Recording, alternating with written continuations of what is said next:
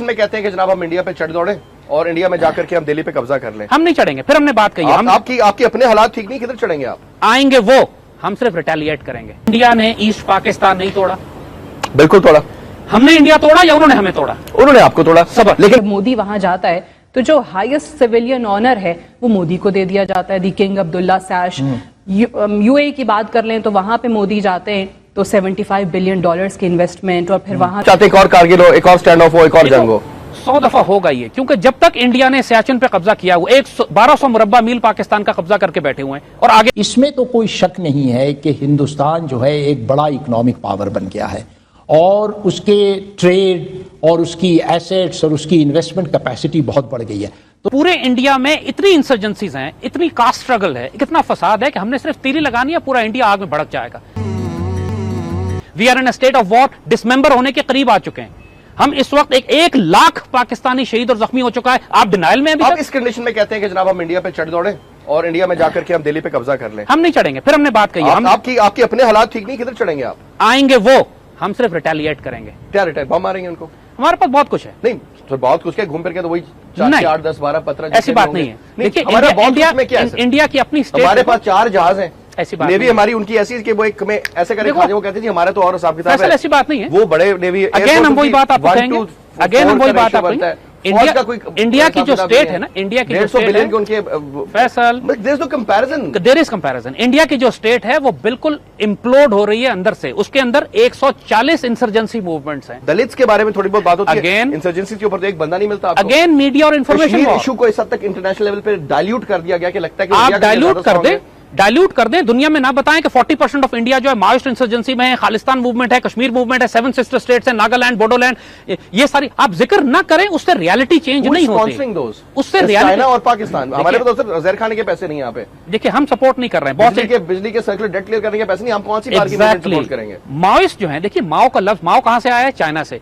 जो इंडिया में माओइस्ट हैं को चाइना सपोर्ट कर रहा है। पूरे इंडिया में इतनी इंसर्जेंसीज हैं, इतनी कास्ट स्ट्रगल है, इतना फसाद है कि हमने सिर्फ तीली लगानी है, पूरा इंडिया आग में भड़क जाएगा। फिर दूसरा देखिए बात हम कर रहे हैं कि इंडिया हमेशा, इस वक्त जो 1 लाख पाकिस्तानी शहीद और जख्मी पाकिस्तान में हुए हैं, ये किसने किए हैं, किसने मारे?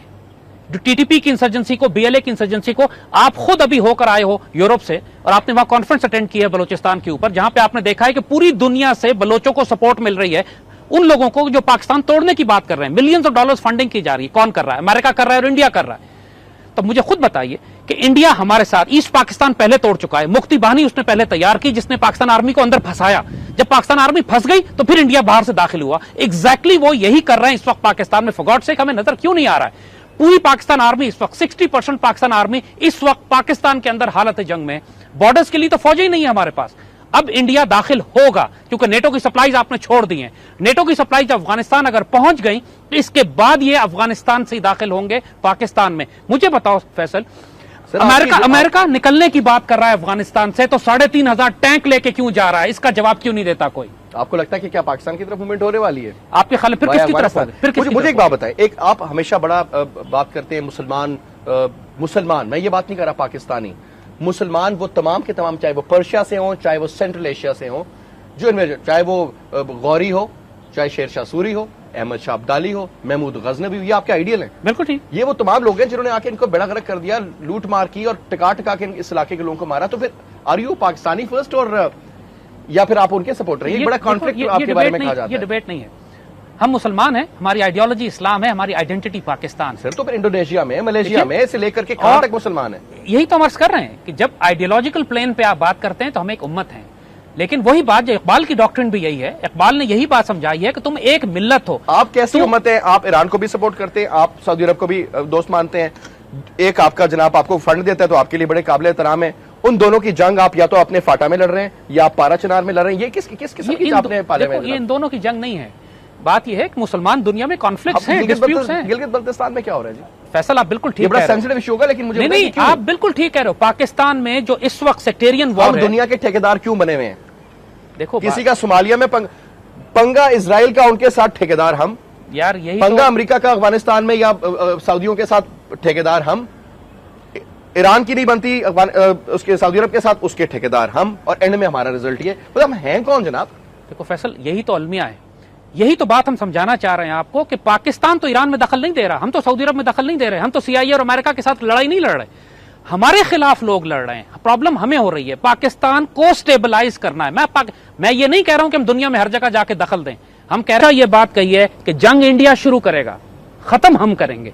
हमने कभी नहीं किस बुनियाद कहा पे न्यूक्लियर मार देंगे सर उनको, क्या वो करेंगे? बात नहीं है, जो होगा सो देखा जाएगा। लेकिन बात ये है कि Extreme इंडिया- worst- मुझे worst case फैसल, scenario मुझे में एक बात रवि- बताओ, क्या इंडिया ने ईस्ट पाकिस्तान नहीं तोड़ा?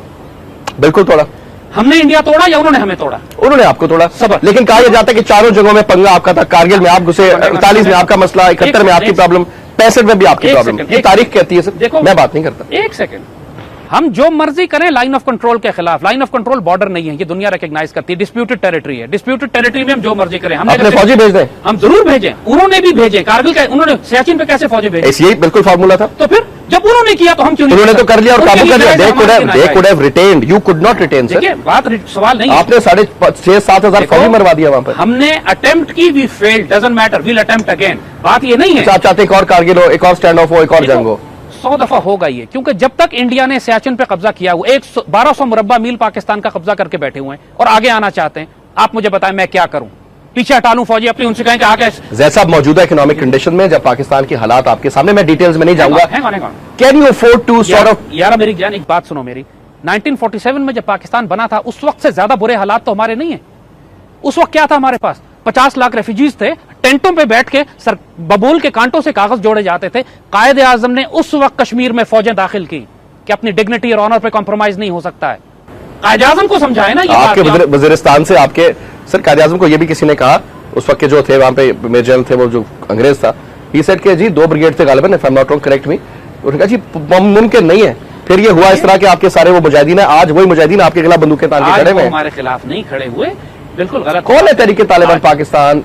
ये आपकी तहरीके इंसर्जेंसीज जो हो रही हैं, आपके देखो सदर्न पंजाब में जो सिलसिला स्टार्ट हो गया, जो परसों हुआ आपके सामने। सबसे रिक्वेस्ट है कि जिसने अभी चैनल को सब्सक्राइब नहीं किया है, प्लीज चैनल को सब्सक्राइब करना ना भूलें। तो सऊदी अरेबिया में हमारे तो हुक्मरान रहकर आए हैं, बड़ी दोस्तियां हैं वहां पर, लेकिन जब मोदी वहां जाता है तो जो हाईएस्ट सिविलियन ऑनर है वो मोदी को दे दिया जाता है, दी किंग अब्दुल्ला सैश। UAE की बात कर लें तो वहां पे मोदी जाते हैं तो $75 बिलियन की इन्वेस्टमेंट, और फिर वहां से उनको हिमायत मिलती है कि यूनाइटेड नेशन की सिक्योरिटी काउंसिल में आपका मुस्तकिल मेंबर बनने की हम हिमायत करेंगे। 34 साल के बाद इस इंडियन प्राइम मिनिस्टर का वो गल्फ नेशन का विजिट आता है। अमेरिका में मोदी जाता है जिसके हम उस मुल्क के इत्तेहादी रहे हैं बड़ा अरसा, वहां पे 20,000 लोग जो हैं वो उसकी सपोर्ट में, उसकी स्पीच सुनने जो है मेडिसर स्क्वायर गार्डन्स पहुंच जाते हैं। वो डिफाइनिंग पार्टनर करार देता है। ये तमाम चीजें, यानी वो उसकी सफारती कामयाबियां तो हैं, शायद हम उनमें पीछे रह गए कहीं। आपने पहले जो शुरू में सवाल किया था उसका खुद ही आप जवाब दे रही हैं। फॉरेन पॉलिसी इनिशिएटिव्स 2 चीज पर होती है। पहली बात तो कि मुल्क के अंदर आपकी परफॉर्मेंस कैसी है, आपकी एक्सपोर्ट्स कितनी है, आपका फॉरेन ट्रेड कितना है, आपकी इकोनॉमी कितनी स्ट्रांग है, आपके जो डायस्पोरा है बाहर, वो वर्कर्स हैं या इन्वेस्टर्स हैं। इन सारे फैक्टर्स में तो आपको एक्नॉलेज करना पड़ेगा कि हिंदुस्तान बहुत आगे है। उसकी इकोनॉमी बरसों से एक अपवर्ड ट्राइजेक्टरी पर चल रही है। 1 बिलियन प्लस की पॉपुलेशन है, ये एक फैक्टर। दूसरा फैक्टर जो अमेरिका के सामने यह है कि कुछ ग्लोबल चेंजेस जो हो रहे हैं, दुनिया में जो रीअलाइनमेंट्स पैदा हो रही हैं, जिसमें अमेरिका की ख्वाहिश है कि किसी एक खास मुल्क को रोका जाए आगे बढ़ने से और उसके लिए किसी और मुल्क की उनको ज़रूरत पड़ी है, वह इतने सारे फैक्टर्स आते हैं। ये ममालिक जो हैं ये अपने नेशनल इंटरेस्ट को भी तो देखते हैं। वो देखते हैं कि हिंदुस्तान की मार्केट कितनी बड़ी है। अब हिंदुस्तान के अंदर सिर्फ इन्वेस्टमेंट अपॉर्चुनिटीज नहीं, हिंदुस्तानी नेशनल्स उनके मुल्कों में जाकर के, सबसे बड़ा यूरोप का स्टील मिल जो है सबसे बड़ा दुनिया, वो इंडियन ओन कर रहा है, बैंक्स ओन कर रहे हैं, कंपनीज ओन कर रहे हैं। $100 बिलियन नेक्स्ट 10 ईयर्स के अंदर हिंदुस्तान ने अपना डिफेंस परचेजेस के लिए रखा। वो $100 बिलियन भी तो इनको नजर आ रहा है। we can't do that. We can't do that. हमारी इकोनॉमी इंशाल्लाह बेहतर हो, हमारे अंदर गवर्नेंस बेहतर होगा, हमारे अंदर स्टेबिलिटी आएगी, तो आप इंशाल्लाह देखेंगे। और स्टेबिलिटी आएगी क्योंकि आप इस तरफ से अगर नेगेटिव चीजों को आप देख रही हैं कुछ नए हालात में, इसमें तो कोई शक नहीं है कि हिंदुस्तान जो है एक बड़ा इकोनॉमिक पावर बन गया है और उसके ट्रेड और उसकी एसेट्स और उसकी इन्वेस्टमेंट कैपेसिटी बहुत बढ़ गई है। तो ज़्यादातर कंट्रीज जो हैं अनफॉर्चुनेटली, बदकिस्मती से, वो मॉरल पोजीशन नहीं अख्तियार करते हैं, वो नैरो नेशनल इंटरेस्ट को प्रोमोट करते हैं और वो देखते हैं थ्रू द प्रिज्म कि इसमें हमें फ़ायदा कितना है, नुकसान कितना है। तो हेलो दोस्तों, कैसे हो आप लोग? अगर आपको ये वीडियो पसंद आई है तो वीडियो को लाइक शेयर ज़रूर करें और कमेंट करना ना भूलें। अगर आप चैनल पर नए हैं तो चैनल को सब्सक्राइब जरूर करें। जैसा कि हमने इस वीडियो में देखा, जैसे मेजर गौरव आर्या ने बताया, जो पाकिस्तान इंडिया के बीच में जो भी युद्ध हुआ है उसके अंदर हमेशा इंडिया ही जीतता आया है, लेकिन पाकिस्तान के अंदर इसका उल्टा बताया जाता है। उनको जो किताबें दी जाती है उसके अंदर भी उनको यही बताया जा रहा है कि पाकिस्तान हमेशा युद्ध जीतता है। यह सच्चाई नहीं है। पाकिस्तान सेना इतनी डरपोक है कि वो तो बिना युद्ध के ही हथियार डाल देती है। जैसा कि आपको याद होगा कि इंडियन पाकिस्तान वॉर 1971 हुआ था, जहां 3 दिसंबर को यह शुरू हुआ था और पाकिस्तान एयरफोर्स के निशाने पर हमारा अम्बाला एयरबेस था। युद्ध के चौथे दिन ही अम्बाला के जो पाक युद्ध विमान है उन्होंने बम भी बरसाए थे, लेकिन युद्ध के 14वें दिन पाकिस्तानी सेना ने सरेंडर कर दिया था